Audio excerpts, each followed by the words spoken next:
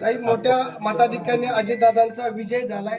जवळपास लाखाच्या पुढे लीड जाण्याची शक्यता आहे. वहिनी, आपण पाहतच आहे अजून मतमोजणी सुरू आहे आणि दादांची घोडदौड चालूच आहे आपण बघतोय. आणि तुमच्या म्हणण्याप्रमाणे नक्कीच लाखाच्या पुढे लीड झाल्याचं दिसतंय एकंदर. बारामतीकरांनी भरभरून असं दादांना प्रेम दिलंय, कसं बघताय याकडे? खरं तर मी सुरुवातीलाच बारामतीच्या मायबाप जनतेचे सर्व मतदारांचे मी मनापासून दादांच्या तर्फे आणि माझ्यातर्फे मनापासून सगळ्यांचे आभार मानते. त्यांनी नेहमीप्रमाणेच दादांच्या पाठीशी खंबीरपणे उभं राहण्याची भूमिका घेतली आणि दाखवून दिलं की बारामती हे दादांचं कुटुंब आहे खरं तर खऱ्या अर्थानं. अजितदादांना थोड्याच वेळापूर्वी अमित शहाचा देखील फोन आला होता. अशी काय चर्चा झाली का आता? म्हणजे एकंदरीत जी स्वप्न बारामतीकरांचं आहे ती पूर्ण होईल?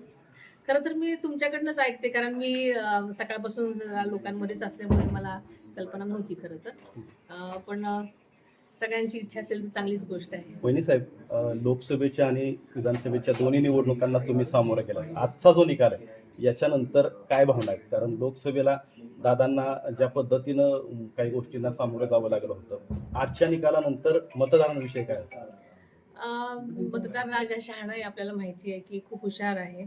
आणि दादांचं काम जे होतं पहिल्यापासूनच म्हणजे विधानसभेचा प्रचार करायला सुरुवात केल्यापासूनच बारामतीचा प्रत्येक मतदाराला माहिती होतं की दादांनी केलेल्या कामाचा प्रत्यक्ष अप्रत्यक्ष त्यांच्या जीवनावर झालेला म्हणजे जो परिणाम आहे तो प्रत्येक जण बोलून दाखवत होता आणि प्रत्येक जण म्हणत होतं की आम्ही दादांच्याच पाठीशी खंबीरपणे उभं राहणार आहोत.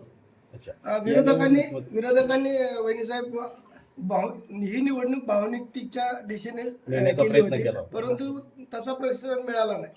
आपल्याला माहिती तेच की जनता हुशार आहे. मी म्हटलं आपल्याला बारामतीची जनता खूप हुशार आहे. बारामती शहरामध्ये मुख्यमंत्री म्हणून आता फ्लेक्स झळकू लागलेले. प्रत्येक नेत्यांनी मोठ्या पदावर जावं असं प्रत्येक कार्यकर्त्यांचं आणि जनतेचं तिथल्या मत असतं आणि तसं बारामतीकरांनी त्यांचं मत तिथे दाखवलेलं आहे आपल्या पोस्टरमधून. एकच वादा